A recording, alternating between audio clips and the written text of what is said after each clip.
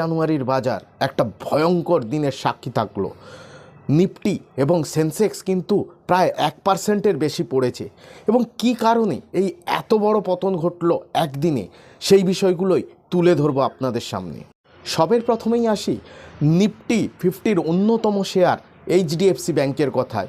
যে HDFC bank নিফটির চালিকা শক্তি হিসাবে কাজ করে, সেই এইচডিএফসি ব্যাংক কিন্তু একদিনেই 3% পড়ে গেছে, যার ফলস্বরূপ কিন্তু নিফটিতে এত বড় পতন বলে মনে করা হচ্ছে।